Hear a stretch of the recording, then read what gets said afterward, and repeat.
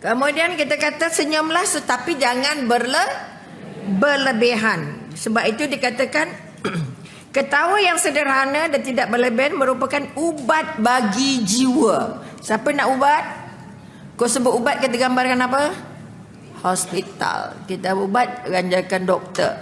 Kita bayangkan ubat untuk sakit. Ubat di hospital membunuh virus penyakit, bukan membuat kita gembira. Boleh nampak? Karena itu kita kata kita ada jasad, ada jiwa, ada fikiran, ada perasaan. Yang nak diubat mana besar? Jasad ke jiwa? Jasad ke jiwa mana besar? Mana paling mahal? Jasad ke jiwa? Jasad ke jiwa? Apa sebab jiwa besar? Apa sebab dia besar? Apa sebab dia penting? Kalau tak ada jasad ini, kalau tak ada jiwa, ini tak pakai. Ini bekas saja, isinya jiwa. Maka yang mana paling penting untuk diangkat setelah jasadnya? Jiwa. Kalau jasad sehat walafiat tapi jiwanya sakit, dia merompak. Betul tak? Otak yang sehat datangnya dari badan yang sehat. Betul ke salah? Oh, betul. Sebab itu badannya sehat, dia merompak lanun semua. Betul ke salah? Mana otak sehat belum tentu dari badan sehat belum tentu otaknya sehat. Kalau jiwanya sakit. Jadi yang kita beri perhatian banyak jasad ke jiwa? Ya ke? Padahal tak boleh senyum. Siapa yang susah nak senyum, susah ketawa, bermakna jiwanya sakit. Maka orang yang jiwanya yang senyum kita katakan ubat bagi jiwa, mententeramkan perasaan. Ada tak perasaan tak tenteram? Macam mana perasaan tak tenteram? Fikir benda yang kita tak boleh buat. Faham tak fikir benda yang tak boleh buat? Macam mana nak bagi contoh senang? Kan kita selalu kata jangan main tepi jalan, nanti kena langgar kereta. Betul? Kita boleh tahan ke tak boleh tahan? Tak boleh tahan. Betul tak? Kalau nak jenis nak terlanggar-terlanggarlah dia. Betul? Tapi tidak semestinya tepi jalan boleh terlanggar. Tidak mati semua orang jalan kaki. Betul ke tidak? Makanya kita tak boleh meramal dulu daripada sebelum peristiwa berlaku. Betul? Siapa berenang dalam laut mati tenggelam, dia makan buaya. Betul ke tidak? Dalam sungai ada buaya. Betul? Saya hidup dengan sungai, syukurnya tak ada buaya makan pun. Sebab itu jangan kata masuk sungai ada buaya, nanti buaya makan. Salah. Kita mendahului takdirnya. Okey? Itu yang dia menderita, takut, sakit. Kalau pergi nanti macam mana? Kalau tak pergi jadi macam mana? Kalau buat jadi macam mana? Kalau tak buat jadi macam mana? Kalau buat tapi tak jadi, menderita tak? Baik tak payah buat. Ada tak meramal begitu? Sangat ramai. Nak buat kuih dah ada resipi dah. Tapi nak try ke tidak? Nak try ke tidak? Kalau try nak jadi, tak jadi kan jadi macam mana? Akhirnya tak pernah masak, tak pernah buat. Betul? Itu yang kita kata mematikan harapan, mematikan cita-cita. Kemudian kita katakan senyum merupakan, tadi kita kata pententeram perasaan, memberikan rasa rehat. Badannya rehat, otak tak rehat, perasaan tak rehat. Masa bila? Dia badannya rehat, bahannya sandoh. Tapi otaknya apa? Satu Malaysia cerita. Satu Malaysia mikir. Ni urus dia surat masjid ni. Banyak fikir. Nak macam-macam program. Betul? Artinya kalau boleh kita yang senyum dan ketawa. Bila kita boleh ketawa, kita boleh senyum. Tengok sikit. Jumpa orang jiran sebelah je. Assalamualaikum. Sihat ke hari ni? Maaf lama tak nampak no. Awak tak nampak saya. Saya nampak awak. Kulu-kili. Nampak tak?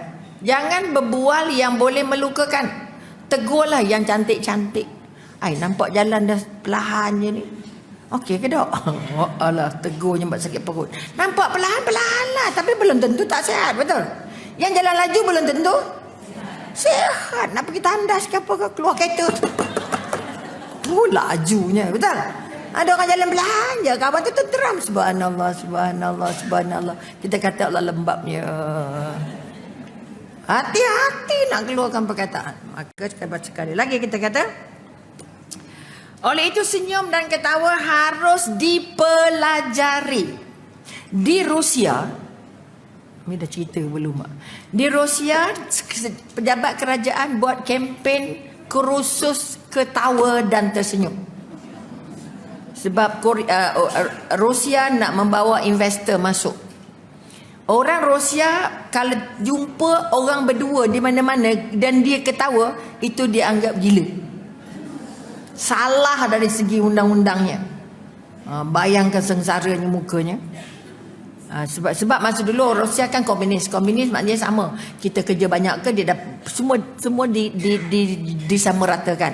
Jadi tak gembiranya sangat besar. Maka kita di rumah ada tak khusus ketawa? Tak ada. Kalau nampak anak tak ketawa, anak masih kecil ketawa tapi dah sekolah tak ketawa dah.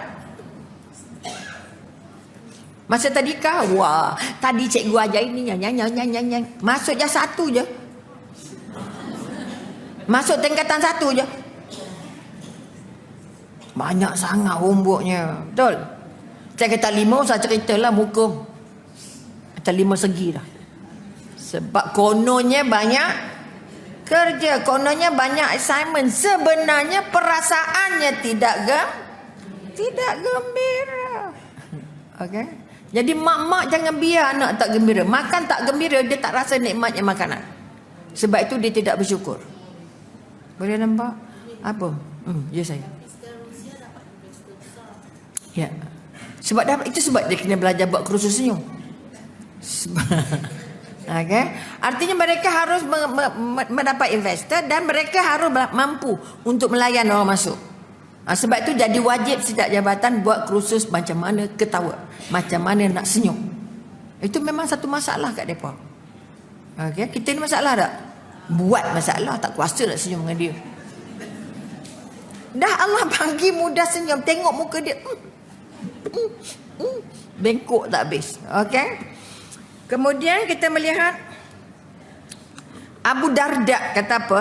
Aku memenuhi hatiku dengan satu unsur, iaitu dengan bergurau senda, tapi tidak berlebihan. Sebab apa dia kata? Tujuannya ialah dia membuat aku lebih bersemangat dalam mengerjakan perkara-perkara ibadah. Berapa orang gembira solat? Solat mana yang paling gembira?